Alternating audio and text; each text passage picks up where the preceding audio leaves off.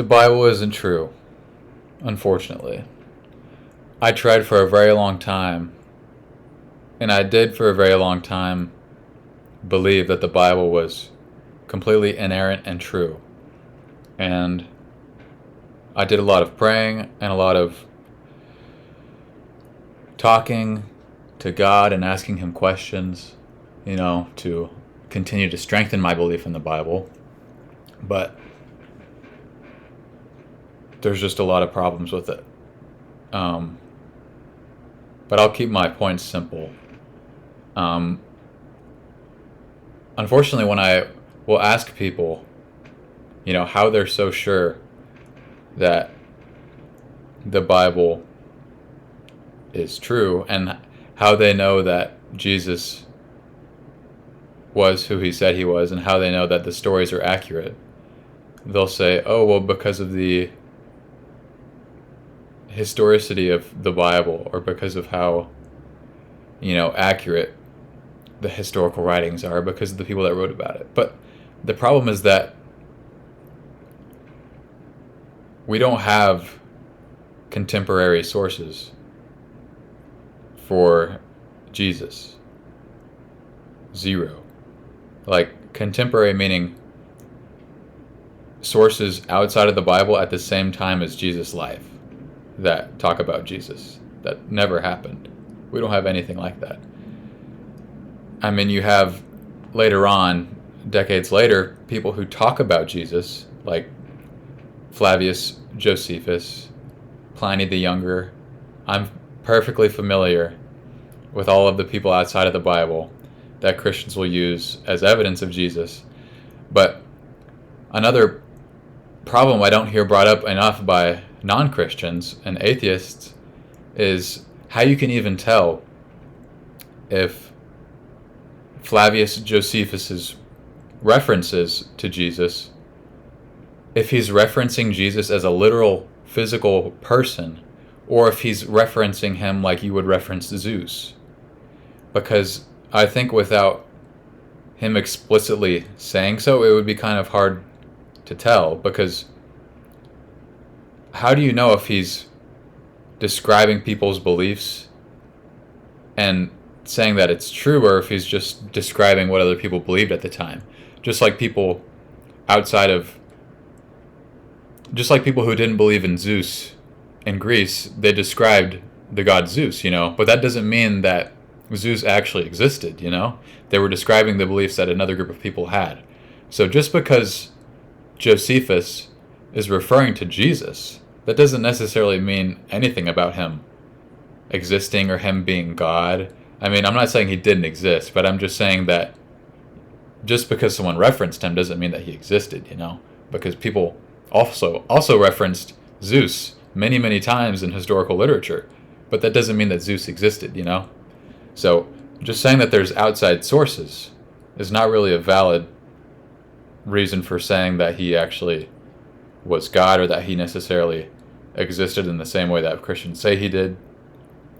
And another problem is that these writings didn't occur, like I said, until a long time after Jesus' life. So how do you know that people aren't just kind of perfecting the story and kind of looking at the other copies of the story before they make their own version, So you're not actually getting like a first-hand story.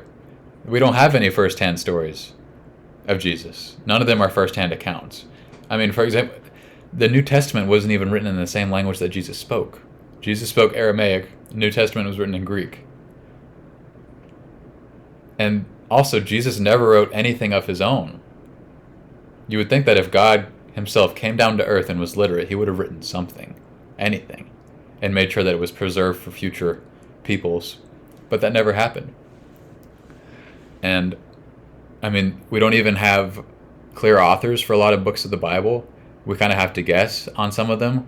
And, like for the Gospels, Matthew, Mark, Luke, and John were written anonymously. It was only many years later when people started attaching names to the books of the Bible and labeling them Matthew, Mark, Luke, and John, even though they were not signed. We don't know that it was actually those people that wrote those books of the Bible, And also, we don't have zero original manuscripts from the Bible. So, isn't it kind of suspect that the creator of the universe would decide to write the most important book of literature ever on papyrus, which is prone to decay and being torn apart and aging and becoming illegible? Like, you would think that God would have written the Bible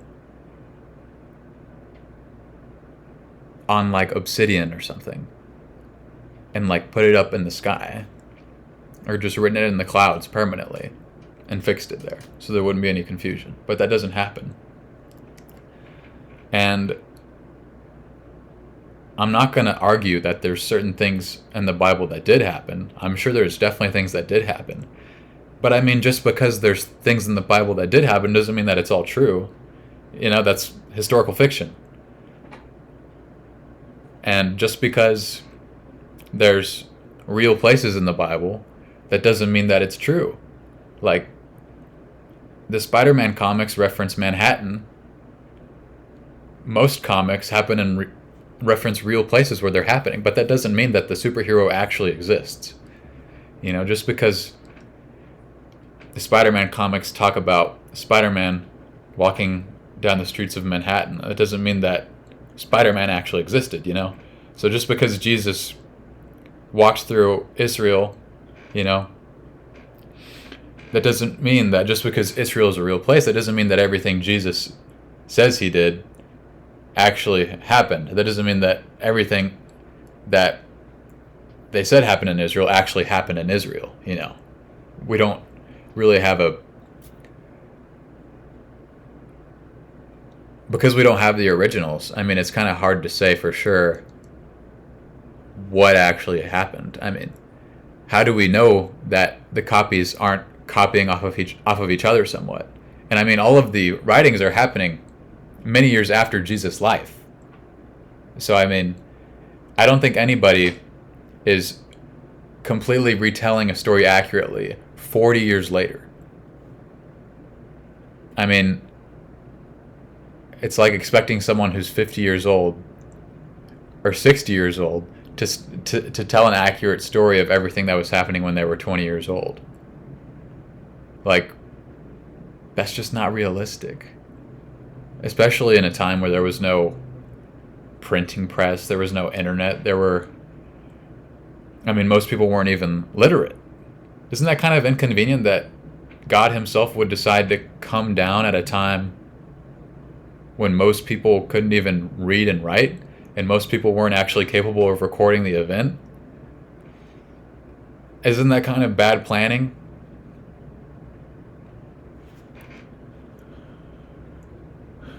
And of course, Christians have heard that there are contradictions in the Bible. And they will look you in the face and tell you that there's not. Even though there definitely are. Maybe I'll make a separate video where I just go through it point by point. But there are many instances where there's one book of the Bible that says that this guy had 60 sons. And then another book of the Bible will say that this same guy had 40 sons. Like, it can't be both. And some Christians will say, oh, well, 40 includes 60. Yeah, but they're two different numbers. That's not how things work. Like, if you have 3 kids, do you tell people, oh, I have 1 child? No, because that's not true. You either have 3 children or you don't. You have 3 kids. But yeah, there's a lot of contradictions, because they will also say that God is unchanging, when God himself completely changes his tune from the Old Testament to the New Testament. All of a sudden, killing people is not a reasonable thing to do, even though God himself commands his people to go and kill other groups of people that God doesn't like, that God disagrees with. That's a perfectly reasonable way to resolve things in the Old Testament is by killing people, including women and children. That happens many times in the Old Testament. But all of a sudden, when we get to the New Testament, that's no longer necessary. Even though it's the same exact guy. So he did change. He did change. And you can say he evolved, he improved. The story was just developing. Yeah, but that's a change. It's changing. God is not constant. But even if there weren't contradictions, it wouldn't make it true. Like you can have the Bible is not a coherent story.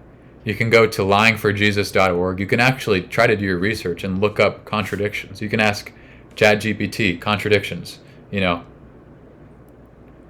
two books in the Gospels that list when Jesus was born have two different times, 10 years apart. Like, the Bible is not even completely clear on when Jesus was born. Like, the two accounts we have are different. Like, they're not the same. You can't say, oh, it doesn't matter. No, it's a 10-year difference. So, if you're actually wanting to build a defense regarding there being contradictions in the Bible, you can ask ChatGPT, what are contradictions in the Bible that are extremely hard to argue with? And you will get many answers, okay? But yeah, even if there weren't contradictions, that wouldn't make it true. So it's not any...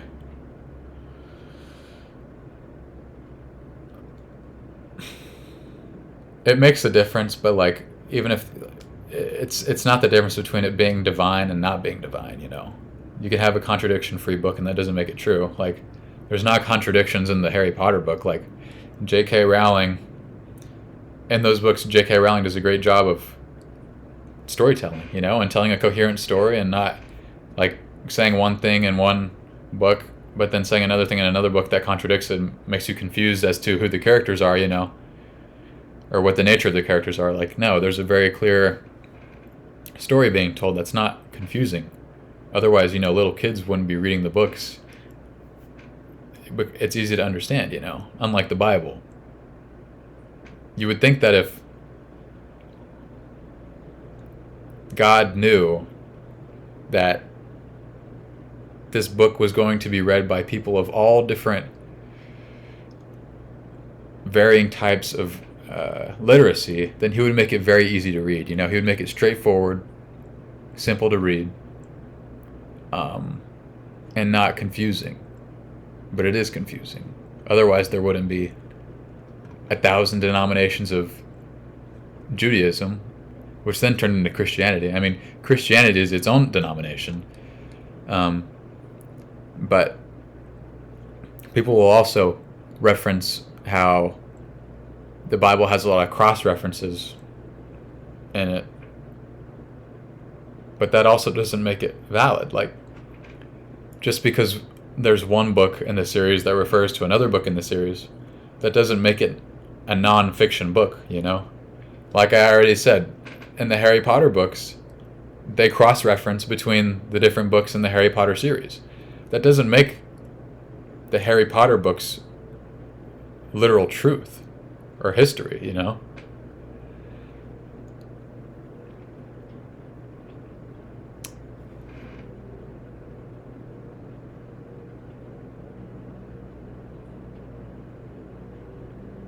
But as much as I want it to be true, I wanted it to be true so bad. But there's just so many problems with it, really, where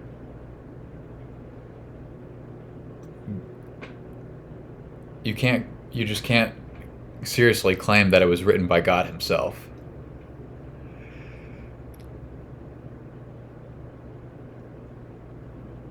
It begs the question, if God wanted his book to be read by everybody, then why did he allow languages to exist? Like, according to Christianity, language came from...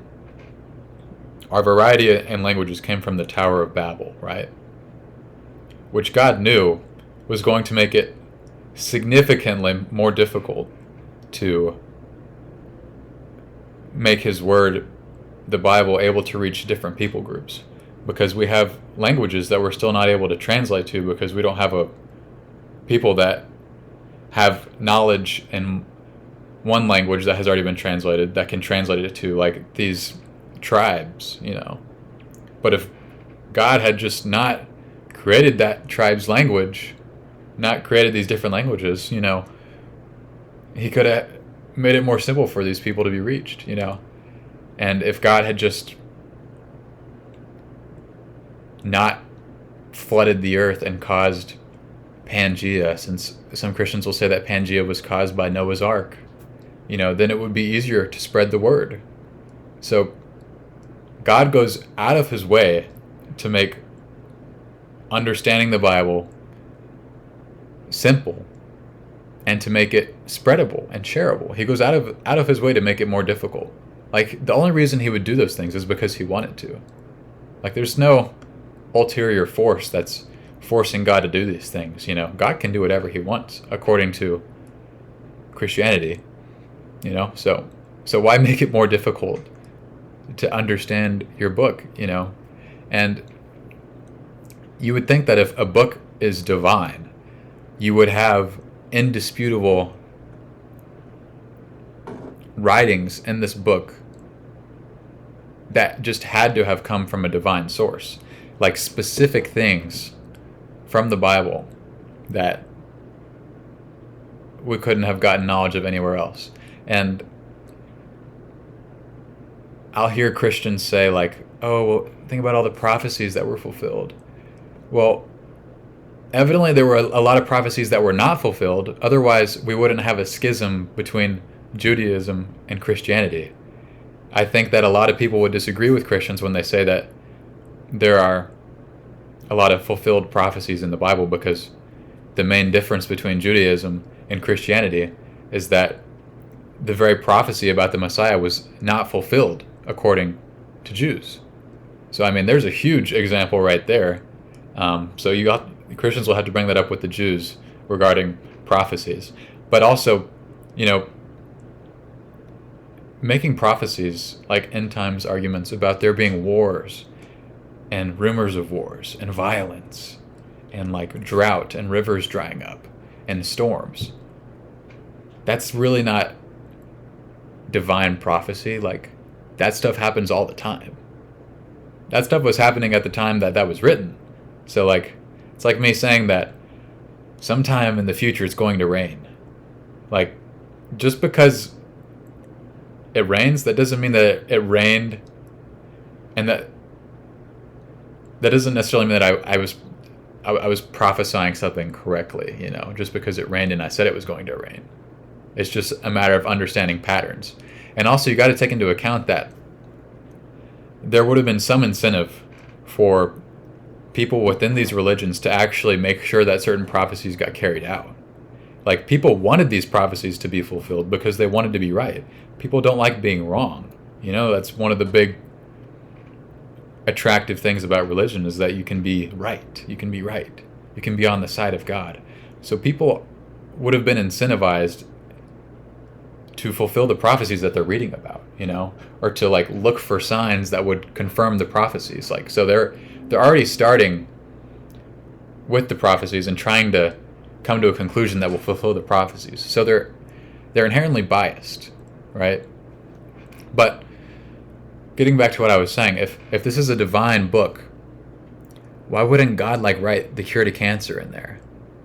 Why wouldn't he write about penicillin and how to make penicillin to help people not catch diseases and to improve like quality of life? Like, why not explain how to make a computer? You know, something only God would have been able to do at the time. Like, it's not particularly divine to just come down to earth and tell a bunch of stories, you know, and try to overthrow the government, and then be surprised when that government punishes you for that. Like, I'm not saying that I agree that he should have been punished to that extent, but I mean, at the time, in place where Jesus was, it's not particularly crazy to think that he would have been punished for trying to overthrow the government, you know? And of course you can say, oh, well, he did miracles and stuff, but there's zero way of proving that. So don't you think it would have been nice if he would have done those miracles in front of a camera or something? Because he could have. He could have popped out a camera and recorded a video of him performing miracles and then put that camera in a time capsule or something, because he knew people would doubt the fact that he's coming and performing miracles in a time where there's no video cameras. Like, that's just too convenient. That's too convenient. Anyone can say that they did miracles when no one was looking, when there wasn't any way to record it or prove them wrong, you know. But yeah, why not, like, at least write out to people, like, hey, you should wash your hands, you know. Think about all the lives he could have saved with that. People would have been like, oh my gosh, you're smart. Or maybe he could have written down, like, one law of physics, like one universal constant, just one. Anything. Like, maybe pointed out the tilt of the earth. I don't know, that the earth revolves around the sun. Not particularly popular beliefs at the time. Something divine. Something divine. But you just don't see that. You don't see that. You see a lot of claims in the Bible. A lot of claims that you can't prove. You can't prove that Jesus was God. You can't even prove that the people who died for God died for the reasons that are written that they died for. Like, we don't have a way of confirming that his disciples saw him when he rose from the dead. Nobody outside of Jesus at the time was writing about any of this. No one was writing about anyone coming back to life from death. Nobody. That's pretty. I mean, it's just astonishing to me that people will look past that and just think that it's okay. No. Like, you're telling me none of this was written down until 40 years later. You're telling me, like, people were just rising. This guy was rising from the dead and just walking around, and people were seeing him. He was healing people left and right. He was bringing Lazarus back from the dead, healing the sick, healing the blind, and not a single person wrote about it. And if someone did write about it, then Jesus didn't make sure that writing was preserved. I mean, wouldn't that be pretty important? But yeah, we have no way to confirm that Jesus did anything that he said he did. Any of the miracles. We don't have a way to confirm that he was even God. We don't have a way to confirm that the Holy Spirit exists.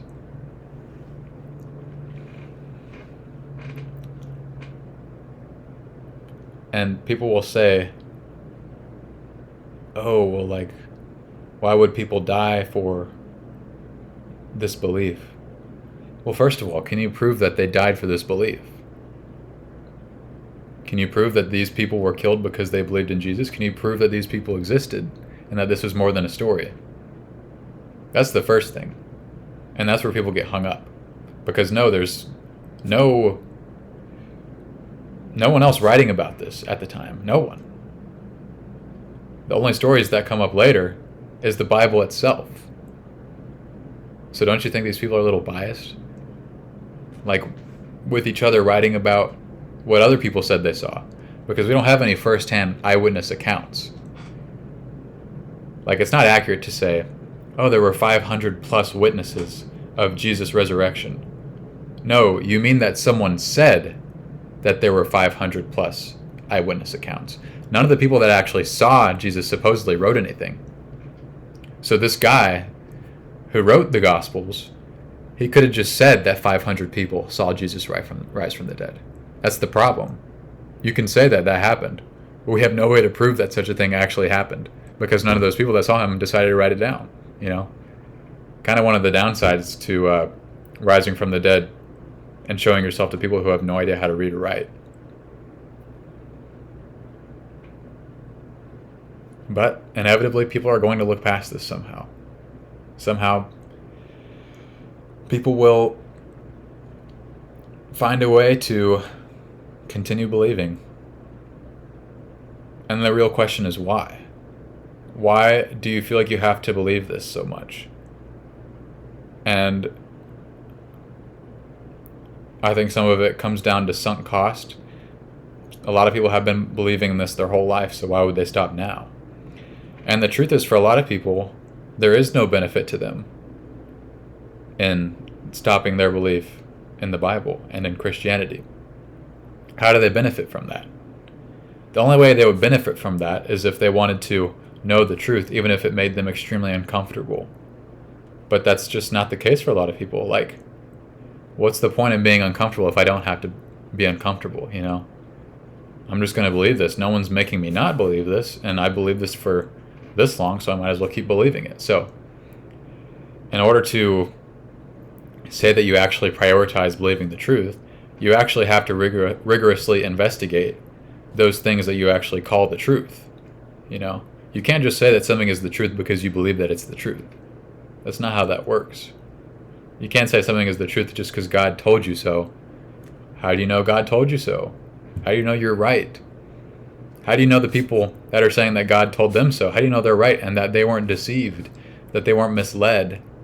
Okay? Because I'm not necessarily suggesting that the people who wrote the Bible are just liars. You know, I don't necessarily think they were trying to perpetuate a hoax. Maybe some of them were. I mean, that's definitely possible. But also some people, how do you know they weren't just trying to retell a story and not actually intending for it to be literal? You know, just trying to tell a story like people did with other gods at the time. Like, eventually Zeus just became a story. People didn't actually believe it. So how do you know people weren't doing the same thing with Jesus, just kind of retelling a story that was popular at the time? And if they weren't telling a story, okay, how do you know these people weren't just misled, you know? Maybe some people did actually believe that Jesus was God, and they actually did expect him to come back from the dead, but they were misled. I don't think that if these people even did exist in the first place, I mean, it's not necessarily that they were either lying or they were telling the truth. It's not necessarily that. They could have been misled. They could have been completely believing that what they believed was the truth, and they could have just been wrong without intending to have been lying, you know. So there's not just two options. But yeah, it was very hard for me to accept that the Bible wasn't actually true like people say it is. And again, I'm not going to deny that there are truths within it, but it's not accurate to say that the Bible is true. Like, just to say that, that's not accurate. Yes, I'm sure there are good teachings in there, but there's also good teachings in comic books, you know? So, I mean, you can pick and choose, you know, good things about the Bible, but that doesn't say anything about the whole thing being true, you know?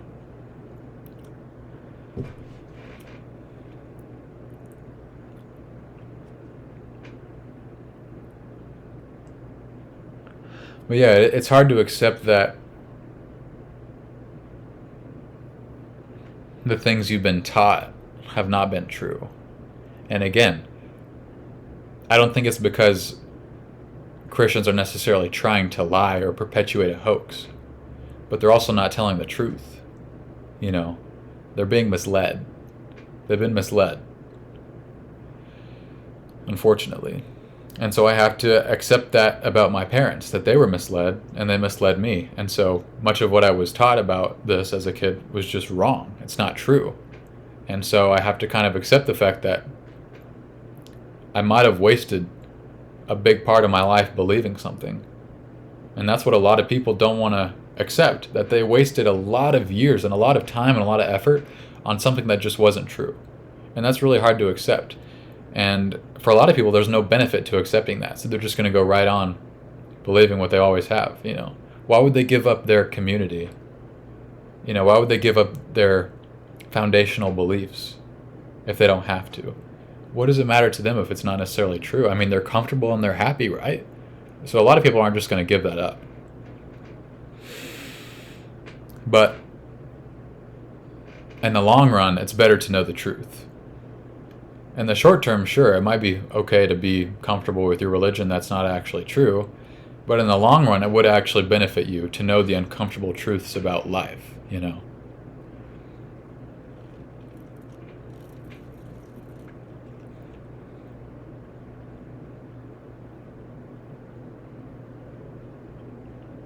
But I wanted to believe the Bible.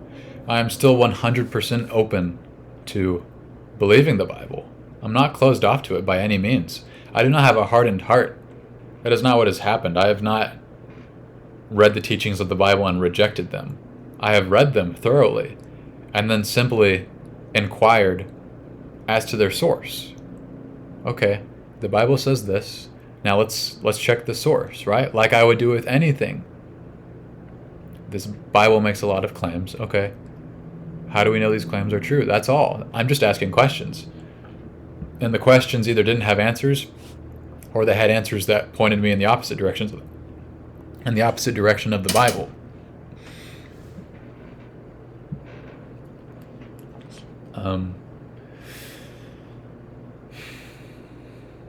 Yeah. But for the simple fact that it's uncomfortable, most people will never question the Bible, question their belief in the Bible, question their family, because it's very uncomfortable.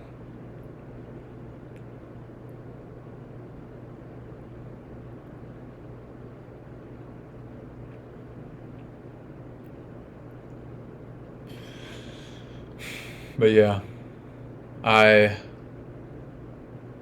there was zero benefit for me in the short term to realizing the Bible was not true.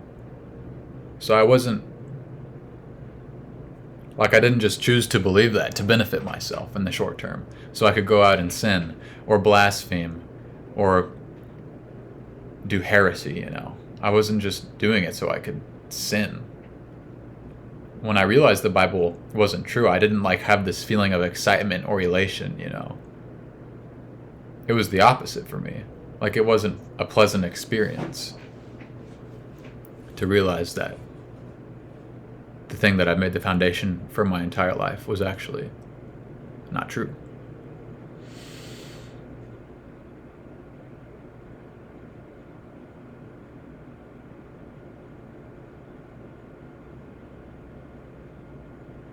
And it made a lot of my relationships more difficult. But in the long run, it was better for me. In the long run, it was better. Because I just will always prefer to know the truth, even if it's uncomfortable. Because that's just always going to be better in the long run. I'll have a more accurate depiction of reality, you know? I don't want to spend my life living a lie, no matter how comfortable it is, you know? I don't know why I would want that. Comfort is just not better than truth.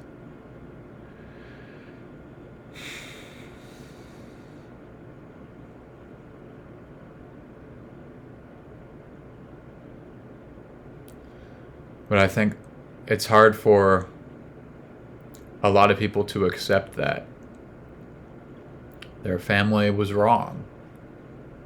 Whole generations of their family were wrong. I am one of the first people ever in my family to not be a Christian. And to adamantly deny Christianity, you know. And it's scary. It's very scary. But again, I would rather know the truth. I would rather know the truth than be comfortable. Because I don't like being lied to. I don't like being deceived. I don't know why anyone would choose that when you can have the truth instead. And the truth is always an option.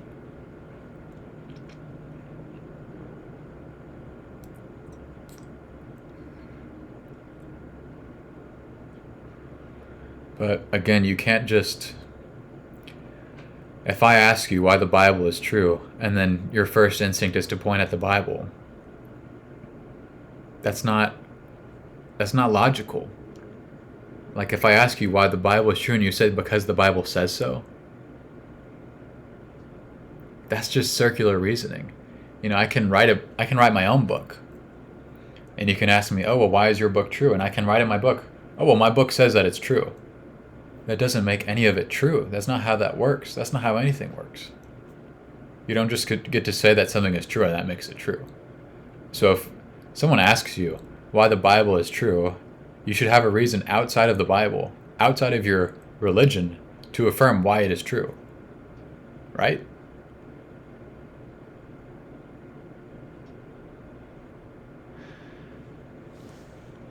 And you should have people and historians and authors outside of your own religion to be able to verify that it's true. Otherwise, everyone that's writing that your religion is true is completely biased, you know.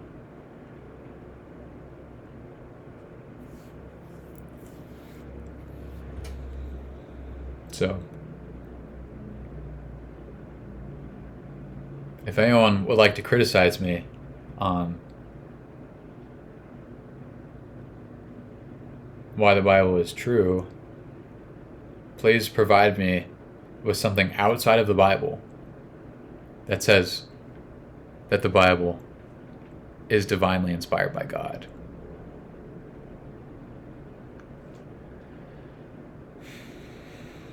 But just to summarize, just because a book mentions real places does not mean that the whole book is true. That's historical fiction.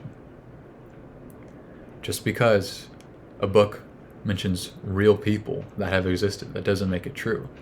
Also historical fiction. Just because a book has good teachings in it does not necessarily make the whole thing true. Just because a Bible, just because a book says it's true, doesn't mean that the book is true. Just because a book says that it's written by God, inspired by God, doesn't mean that it's inspired by God. Just because a book says things happened doesn't necessarily mean those things happened. But just because a book says certain things happened, and maybe those things did happen, like maybe people did move from one city to the other like it says in the Bible, that doesn't mean everything else that it teaches is true, you know. But yeah, I don't come to this realization and this conclusion lightly. It was not an easy conclusion for me. It was not comfortable. It was very painful. So, I'm not saying this to get a rise out of people or to point fingers. I'm saying this to hopefully help other people find what is true. Because that was the very reason that I stayed in Christianity, is because I believed it was true. But as soon as I found something that was more true, or had more truth than Christianity, then I moved towards those. You know, why would I stay within a belief system if I knew that it wasn't as true as the truth that I could find elsewhere?